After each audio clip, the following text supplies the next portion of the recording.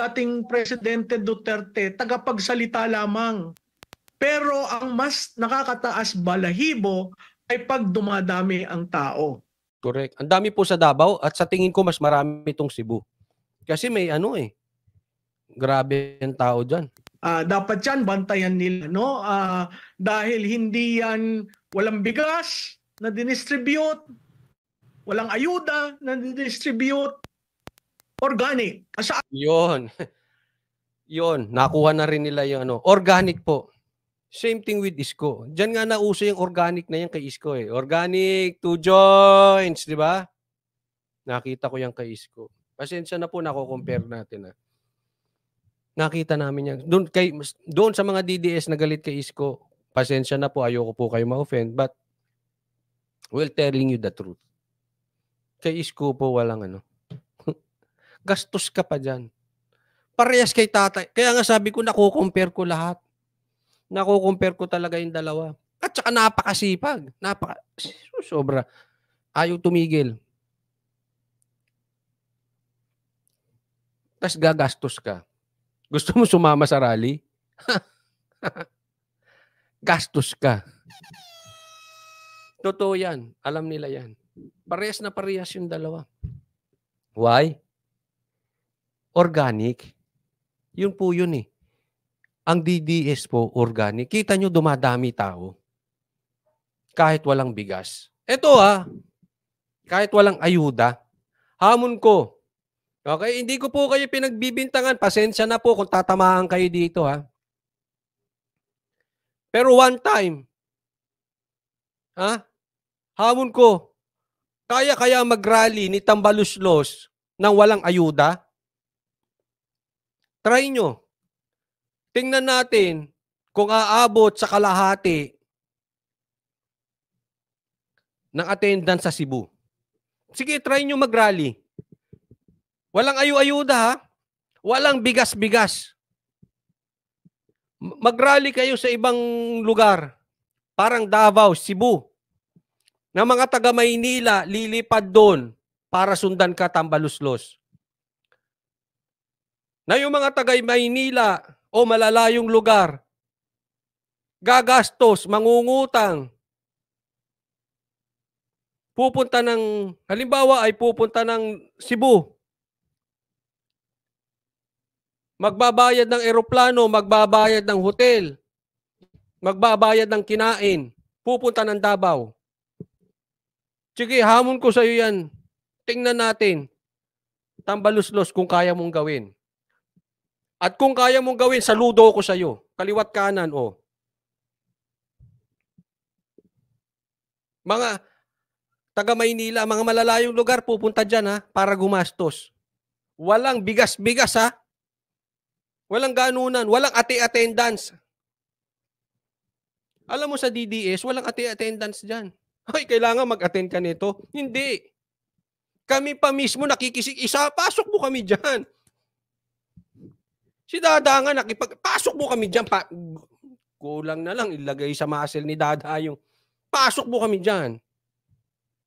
Nakikipag-away pa, makapasok lang. Totoo yan, hindi ako nag-exaggerate. Doon sa iba, hindi ako papasok pag walang bigas. Hindi ako papasok kung walang ayuda. Ba't ako pupunta dyan? Anong gagawin ko dyan? Anong difference? Di. Yung mga vloggers nila, tingnan ko kung pumunta yun doon. Nang sila magbabayad ng eroplano. Alam nyo yan, kasi tayo sa Isko, ganyan din eh. Ikaw magbabayad ng hotel. Tingnan ko kung kayang gawin yan kay Tambaluslos. Sige nga. Punta kayo doon,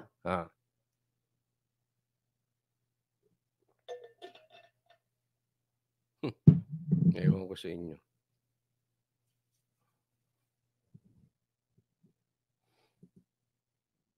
Pag nag-snowball, dumami ang sumasama, medyo nakakatakot yan.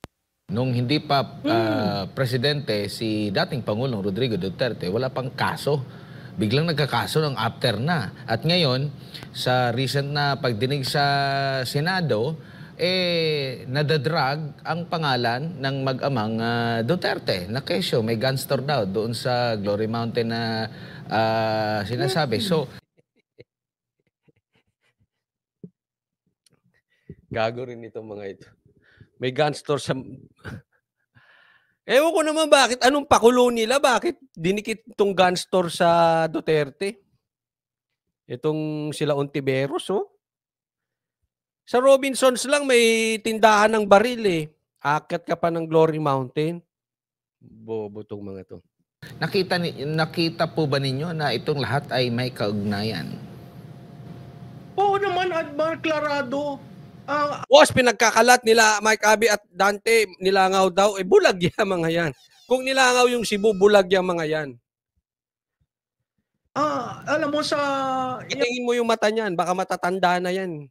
Pasensya po, matanda na rin naman ako eh. Hindi ko sinasabi pag matanda. Matanda na po ako. Patingin kayo ng mata nyo kung tingin nyo nilangaw yung Cebu. Sa FBI, Yung Davao kasi nakita ko. Lalo din yun. Dami nun. sa US, kung nasa wanted list ka, napakadaling i-extradite eh. 11 years? Seriously, 11 years na pala si Pastor Kibuloy may ganon mga issues? Pa hindi nyo dinakip? Okay, ulitin natin yan kasi didiinan ko po ito ha. Seriously, 11 years na pala si Pastor Kibuloy may ganon mga issues? 11 years. 11 years. Ulit. 11 years. 1-1. 11 years na may issue si Kibuloy. Bakit hindi dinakip? Pa hindi nyo dinakip? Ba't hindi nyo in-extradite? Diba? So, talagang itong operasyon na ito, let's call it as such. It's an operation of those powers that do not like a Duterte come 2028. Yun lang yun. Ayaw nila sa Duterte kasi 11 years na po yan eh. Okay? Biglang hinalukay ngayon. Mike Abe, 11 years. Boying, 11 years. Hindi dinakip. Ngayon, biglang ganon. Tapos kinonek yung sa Glory Mountain, yung baril. Wow. Takot kayo sa Duterte, no? And they have learned a lot from what they did to then Vice President Jojo Binay. They used the Senate. Why? Again, the Senate is national. National in scope. So, kung mayroon ka diyang hearing at lahat ng, all the senators are small republics. So, pag ginawa mo yung hearing na yan, you get the whole nation up and... Gusto lang ipahiya yan. Alam mo, yung purpose talaga dyan is obviously batuhin ng putik sila Kibuloy. Ang tagal na nung kaso, hindi in-extradite, tapos ngayon, hinahalukay nitong si Ontiveros. Oo. Kasi inunanan, hindi ko alam kung anong meron si Tambaluslos at saka si Ontiveros. Kasi inunahan niya ng Kongreso, yung SMNI, sumundot naman to si Ontiveros. Yan po ang kwento niyan. No, galit siya kay Kibuloy na kino-connect naman ngayon kay Duterte. So alam na alam mo, ang target nila, ang bullseye nila, Duterte. Specifically, Sara. Because Sara is winnable. Panalo na ito sa 2028 kaya gusto nilang ilubog. Listening. And the more gory the details are, the better for the optics in terms of putting somebody down. Yun eh. Gory. Siyempre, ang kaso pang momolestya eh. So, pag medyo madumi, yung optics na gusto nilang palabasin, ang makikita ng taong bayan dyan, ikukunik kay Duterte. Bakit hinayaan to ni Duterte kaibigan niya? 11 years 11 years. According to Tikia. Ba't ko dinidiin? Kasi idudugtong ko yan mamaya. Ang problema, sa simpleng sagot, parang simpleng sagot na tambalos-los. Ayun. Na natutumba yung kalaban. Ano yung simpleng sagot ni Vice President? Bakit? Ano ba yan dyan sa mountain? Tindahan ba ng mga baril yan? Ganun eh, simpleng sagot eh, no? Tindahan ba ng baril yung mountain na yan? Sa Robinsons meron, sa BGC meron, sa SM meron, bilihan ng baril, okay? Huwag na kayong pumunta ng bundok, Ontiveros, ha? Di ba? Very basic. So, yung Duterte brand, napaka-basic sumagot sa isang tapon sa kanila na politikal. Ako nga, ang sinasabi ko, para silang Teflon eh. Batuhin mo ng batuhin, lumalakas. Batuhin mo ng banuhin, lumalaki yung base. Again, bakit? Kailangang intindihin ng mga tao sa politika, they represent Juan de la Cruz, yung DE. Yun ang storya ng Rodrigo Duterte nung eleksyon. Out of nowhere. Everyone was saying, no, he cannot pull it. But he was able to. Alam mo kung bakit? Out of nowhere, talo si Tatay Digong. Out of nowhere, talo sa lahat ng survey. Out of nowhere, biglang nanalo. Why? Ito, organic. Ang pagmamahal sa kanya ng tao, ito. Puso eh. Puso. Yan ang makikita nyo. Ito, hamon ko. Doon sa mga bashers, attend kayo ng rally ng Duterte. Makikita ninyo, organic. Hindi ni-require ang empleyado na mag-attend. Walang bigas-bigas. Walang ayuda. Walang pirma-pirma. Ito, pinirmahan ni Tatay Digong. Hindi certificate ha. Baka kasi iba certificate pinapapirma eh. Na nag-attend. Ito, sombrero. At saka ito yung meeting namin. Bakit? Authentic, organic, yung mga tao na nandyan sa, gilid-gilid na hindi naman importante sa mga politikong tradisyonal, sila yung nagdala. So, may pagtatampo ba? Hindi. Kasi yung first 100 days niya, except yung pagpunta at pagtirik ng flag sa kung saan man yung island dyan sa West Philippine Sea, ay natupad niya. Frontline, improve. Diba? May malasakit sa taong bayan. May kalinga. Yun lang naman eh. Napakadaling i-please ang botanteng Pilipino. Kasi personal eh. Ngayon, kung ikaw katulad nung iba na, alam mo, pera ng bayan, akala mo kung gumastos siya. Di ba? Ang behavior niya, amo-amo, padre de pamilya, kailangan protektahan ng mga miyembro. Kaya, yan po pinagkaiba ng Duterte at ni Tambaluslos, ni Romualdez. Yan yung sinasabi ni Tiquia. Sa Duterte, organic, sayad ang paa sa lupa. Abot eh. Abot. Kaya organic, abot ang taong bayan. May malasakit. Ito si Tambaluslos, bossing. Bossing ang dating. Kailangan laging ipinagtatanggol ng kamera, ng mga nasa ilalim niya. Di ba? Nakita niyo yung difference? Kaya, ako ewan ko, kung kayang mangampanya ni Tambaluslos nang walang bigas, walang ayuda, kaya niya magpuno ng maraming tao.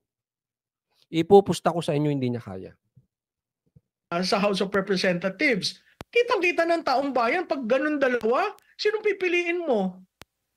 So sa akin, sino pipiliin mo? Yung pag-uugali.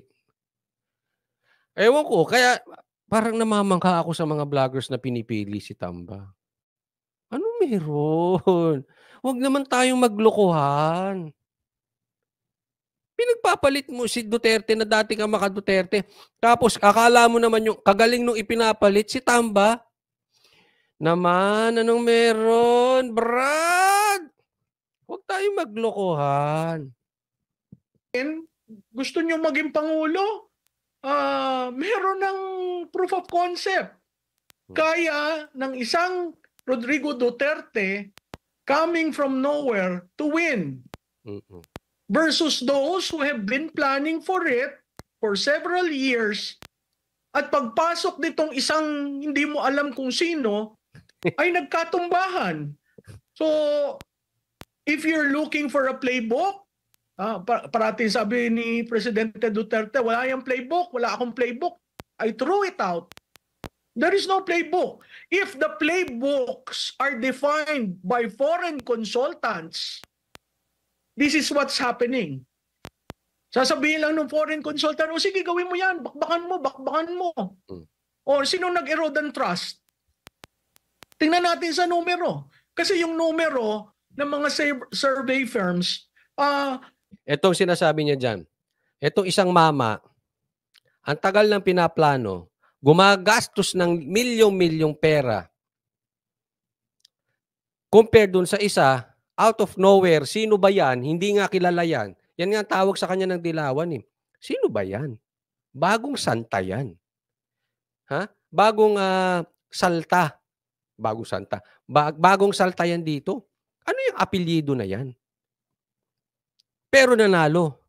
Itong matagal ng apelyidong sikat, ang tagal ng gumagastos, ang tagal ng magplano, talo pa rin. Naintindihan nyo po? Talo pa rin. Yun yung pinapaliwan. Hindi pareho ang numero, pero pareho ang trajectory. Anong ibig sabihin nun? Sino nawawalaan ng, ang tawag doon trust deficit? Sino? At alam natin, lalo na doon sa mga taong nasa kampanya, ang tiwala ay mahalaga. Ang tiwala, hindi mo kayang gawin overnight. Okay? Ang awareness, kaya mo yan. Ni Michael J. Bagong saltang landslide ang panalo. Kaya nga, yan yung sinasabi sa kanya. Sino ba yan? Bigla na, uy, panalo. Sibak sila. Wala pang pera. Sa kanila, gastos nila. 90-day campaign period, maglagay ka ng maglagay ng ad. Katulad ng ginawa ng dating kandidatong Martin Romualdez. He spent 350 million pre-campaign. Pre-campaign. 350 million ginastos mo. Talo pa rin. Talo. Dikit nyo yan, mga vloggers. Talo yan, talo. Tumaas ang awareness. Nanalo? Hindi, kasi tiwala.